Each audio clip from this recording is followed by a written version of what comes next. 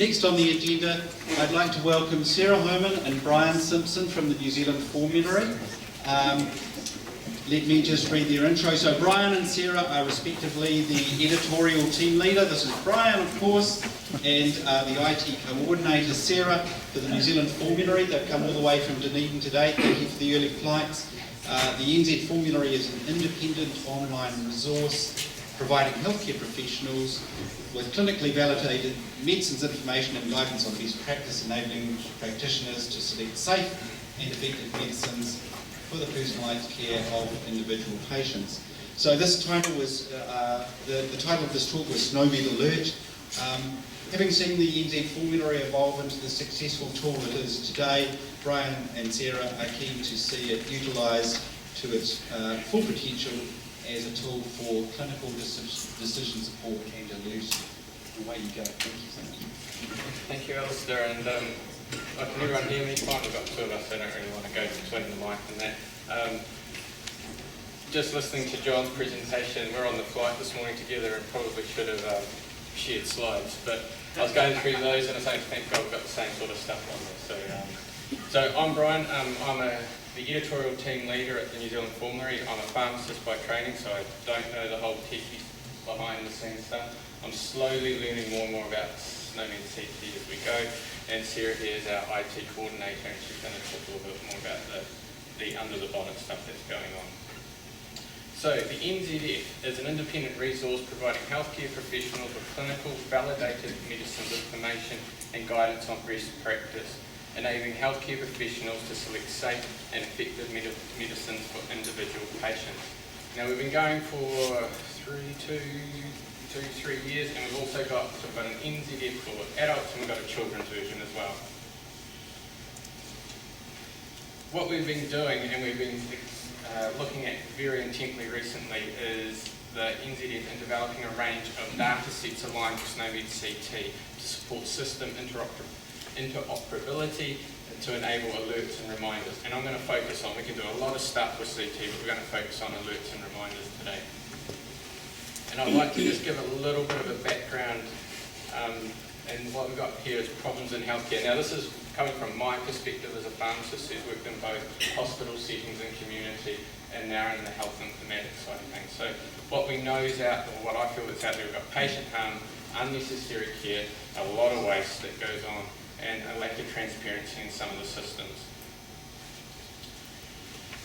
This has come from the Health and Disability Serious Adverse Events Report 2012-2013, and there's just some numbers in there, and this is probably going to be underreported. Like, there's a lot that goes on in the sector. One of those that's of interest to me is 24 medication events, 11 of these are related to administration of an incorrectly prescribed drug or drug dose. And one of our goals at the formulary is to try and enable systems to prevent this from occurring. So to address the problems in healthcare, we need to develop meaningful objectives. So these improve quality, safety, efficiency, and reduce disparities, engage patients, and that's the big thing. Since I've started in healthcare, we expect our patients to be more IT literate, like they to be engaging, like a patient portal that we hear more and more about. Improve coordination of care. We have this big issue in community pharmacy where a patient is discharged from hospital and we have no idea what that medicine is prescribed for. If we don't know what it's being prescribed for, how do we know that that medicine is appropriate? So we want to try and help in that way. And also improve population health and interact with public health programs. This brings us on to alerts and reminders. Now in the formulary, these are a list of things that we could potentially do, and we could do well with the formulary and in conjunction with you guys in the sector in helping develop this. And John touched on that, it needs to be a collaborative effect. So we're going to focus on indications and contraindications today, and we'll give just it's very short time, so it's just going to be a very over-the-top view of that. We can do drug-drug interactions, how we incorporate that, and just going through the list. But when we develop these alerts and reminders, we need to keep in the back of our heads that they're specific, useful, and timely. Now, after Sarah's had talked about the under the bonnet stuff, I'm going to touch on this a little bit more.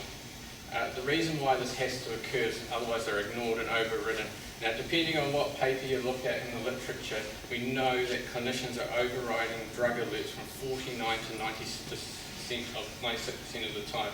So they see it and they go, oh, who cares? Because they come up, they're not specific for what we need, they just occur. I know when I'm working in community pharmacy, you'll get a whole lot of interactions and you know, well, that's just pointless because of the dose that's in there. So it's adding the meaningful and behind that.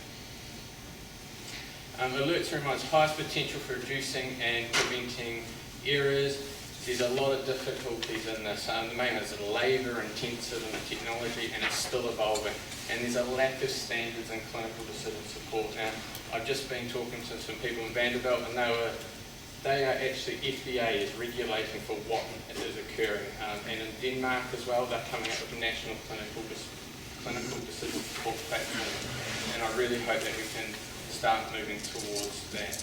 So with that, I'm just going to let Sarah go through a few things. Now this is an example of one of our monographs. It's very small, we'll make it bigger, but it's colchicine, which has in the past had a lot of safety issues around it. So Sarah's just going to go behind the scenes of that a little bit. Hi everyone. Now I'm not sure how many of you are familiar with the NZ Formulary and how many of this will be quite new to your too. So two of the main aspects that the New Zealand Formulary provides information on are the indications and the contraindications. These are really important when you're prescribing information for a patient. You want to make sure that you're prescribing the right medication and that it's not a medication that is something that the patient shouldn't be taking for a particular reason.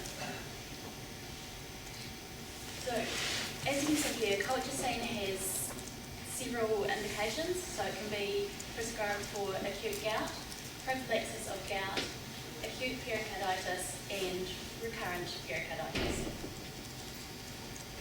Now, colchicine is a medication that is listed in the New Zealand Medicines terminology. The medication itself can be found at a substance level. You can drill right down through to the individual pack size that you end up dispensing.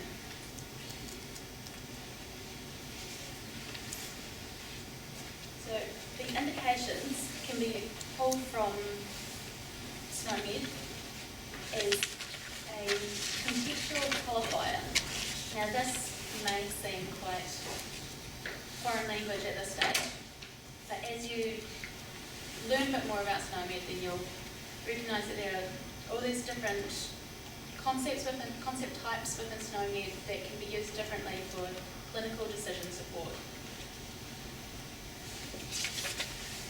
So we can say that acute gout, which is also known as primary gout within SNOMED, has a definitional manifestation, now I'm not a clinician, of blood urate raise. And so that means something to a lot more people than me. We can link this up with the fact that prophylaxis of gout is unapproved. So within New Zealand, MedSafe say whether a medication is approved or not, and this is one of the indications that colchicine is not currently approved for, but there is commonly used within New Zealand.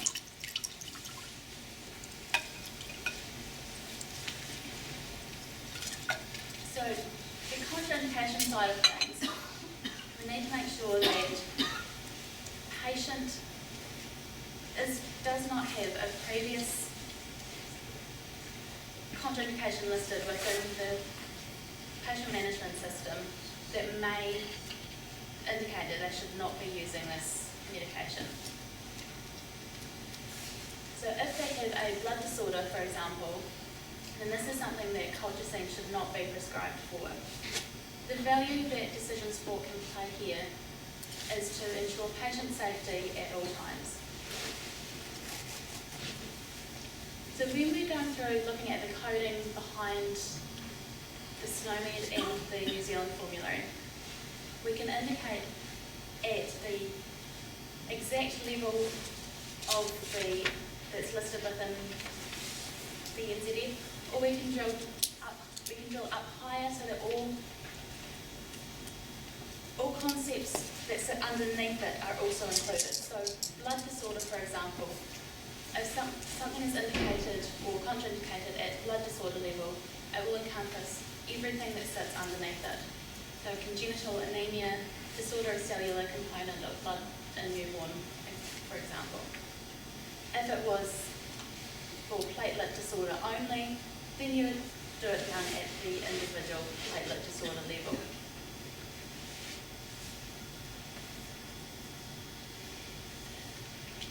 Now, the New Zealand Formulary has a plan to go through and do the mapping of a reference set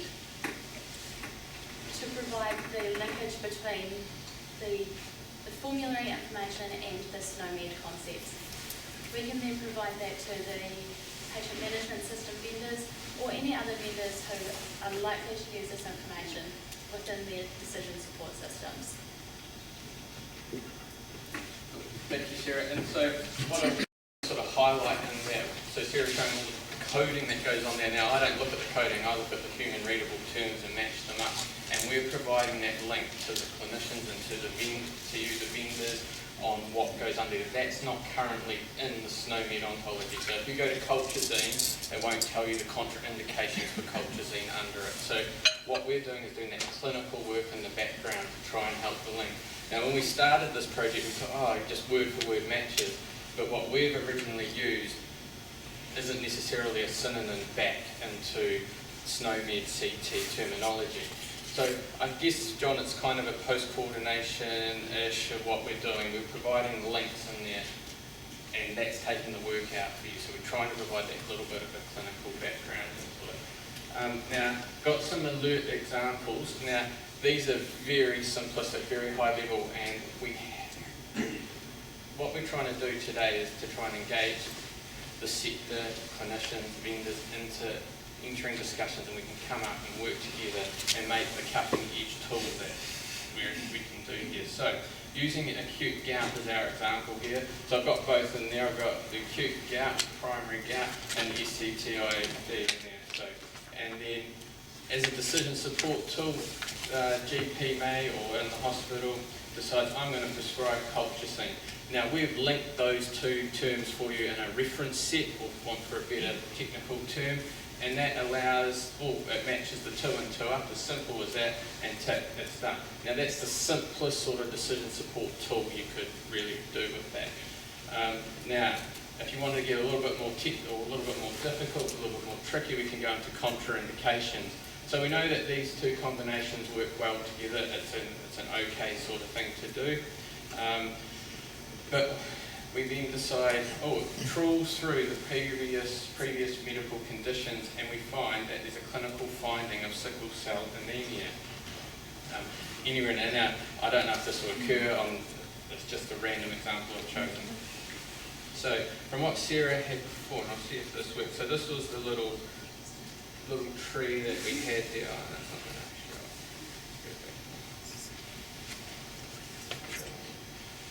That's too hard. Anyway, so in there was the blood disorder, and I've expanded out. Now this is from the Australian Shrimp Service, so they've done a lot of ontology types. I don't know if anyone's familiar with it, but happy to direct people in that direction.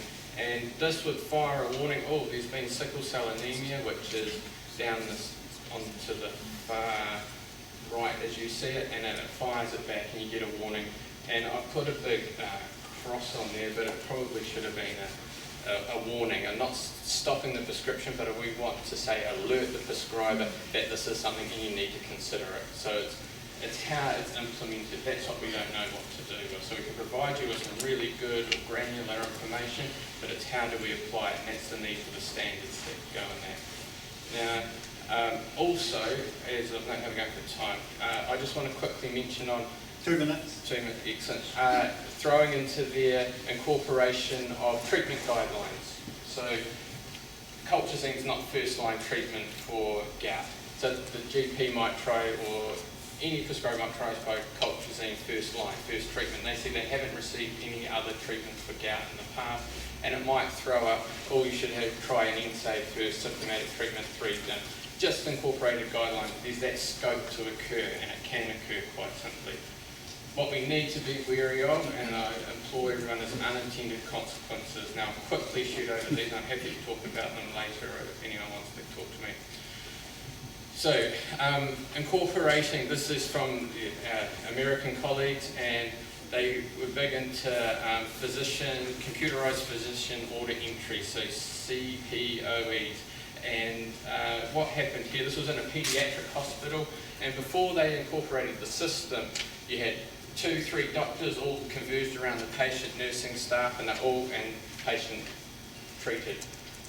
When they found they incorporated the new system, one physician treating, one physician spending a whole lot of time entering into the computer system, nursing staff trying to find stuff, pharmacists trying to get orders, and it all fell out. And patients or children actually died as a result of this. So proper testing.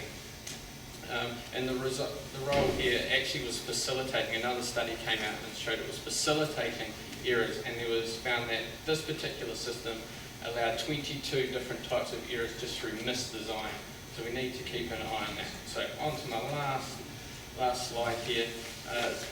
Summary, the NZF can support system interoperability to enable an alert and reminder development, but we need to make sure they're specific, useful, timely, and fully validated and tested, which I think is the most important part here that we need to really focus on as a country, as a group, and it needs to be that collaborative approach. So we're open, we want to talk, and we want to make it work well. And thank you very much. So,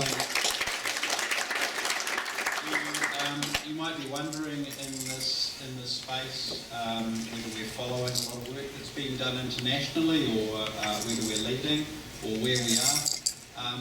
A lot of countries around the world are very interested in management of sensitivities, allergies, intolerances, the sorts of things that we're trying to address with extensions to the New Zealand Formulary.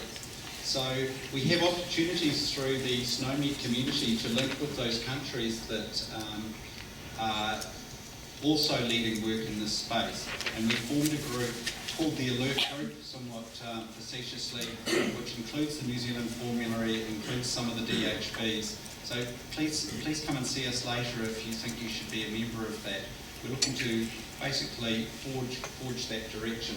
So thank you both very much. Look, I've got a sort of a ration of bottles down here. I'm assuming that you can have one each. Does that seem fair? Thank you so much, Sarah. Thanks, Brian.